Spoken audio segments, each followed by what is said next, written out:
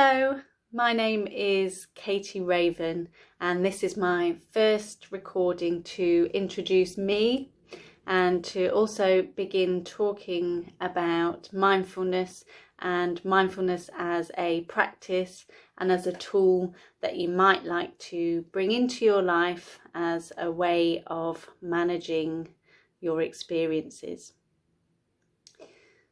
So I'll begin then with introducing myself again. So I'm Katie Raven, and you might have seen my name already written down or met me before working for North and West Yorkshire Association for Spina Bifida and Hydrocephalus. So I'm the projects manager for ASBAR, so we call it ASBAR for short, and this recording is being put together for you and for the website.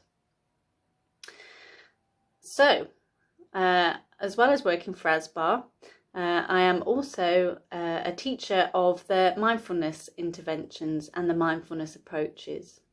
So I teach mindfulness-based stress reduction, that we often abbreviate or shorten to MBSR, and I also teach mindfulness-based cognitive therapy, which again we shorten to MBCT. So I have a postgraduate certificate from the Centre for Mindfulness Research and Practice, which is affiliated to Bangor University. And I'm telling you that now at the start of this recording, just as a bit of quality assurance that I have been assessed by a professional body and that my training follows all of the ethics and standards of the good practice guidelines that mindfulness practitioners adhere to. Okay, so really with this recording, I just wanted to give you a basic kind of view of what mindfulness is, of how we practice it, and also of why you might like to practice it. So we'll start then with what. So mindfulness is a term that's used quite a lot in today's society now, and there's lots of things that tag mindfulness onto the beginning of their activities. So let's just have a little moment to just come back to actually what is mindfulness?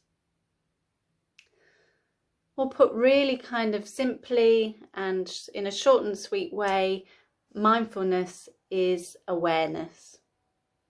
So it's awareness, it's paying attention. So mindfulness is paying attention in the present moment. That's when we do our paying attention. Now there are lots of different qualities that you could bring to the way that you pay attention. And for the purposes of this recording and my subsequent recordings, I'm going to focus on the quality of kindness. So when I'm talking about mindfulness and paying attention, it's coming from the quality of kindness. So that is the what. What is mindfulness? And then we'll just move on and have a little touch on how. Well, how do we practice mindfulness? We practice mindfulness by paying and bringing this kindly attention to three main areas of our lives and of our experience. So we bring our attention to our thoughts, to our feelings, and to our body sensations. And the best way for me to talk about this is probably to demonstrate what that means and what that means for me right now in this moment. So I'll just take a few minutes and I'll just sit and investigate what's happening for me now.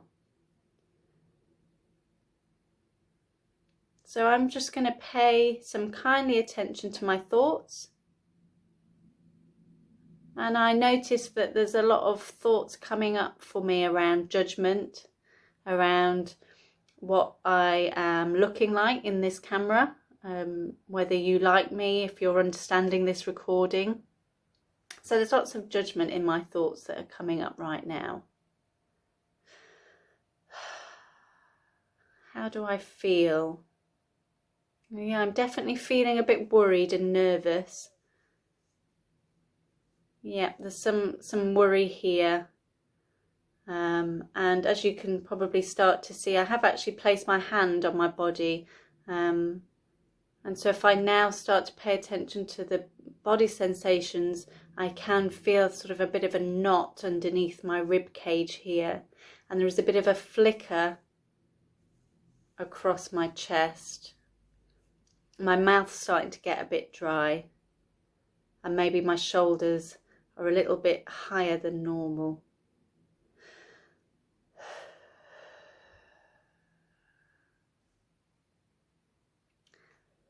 So that's how we practice mindfulness in a nugget, in a nutshell.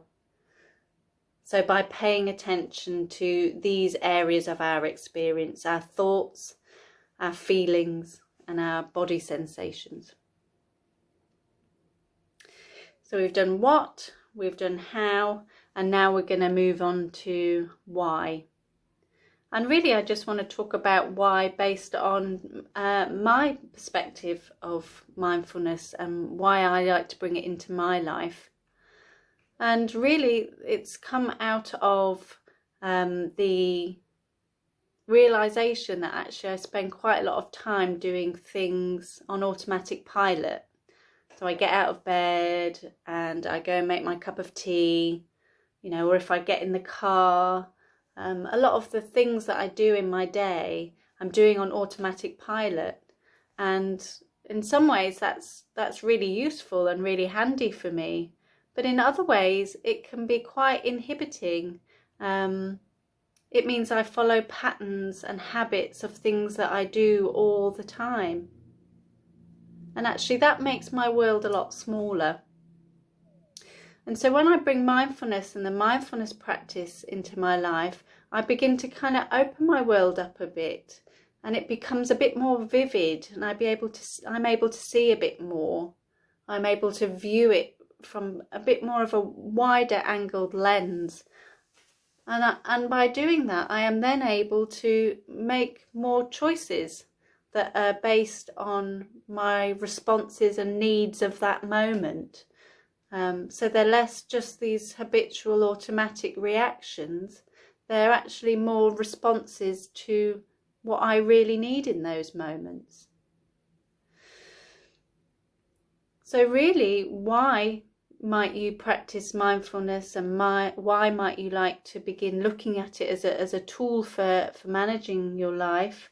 Well, it may be because it will help you manage some of the experiences in a way that is much more supportive to you and your needs, and how you can take care of yourself.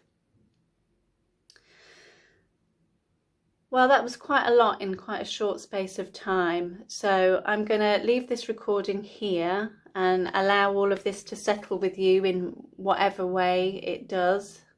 So giving yourself a bit of kindly time to allow all of this to land, and see what you make of it.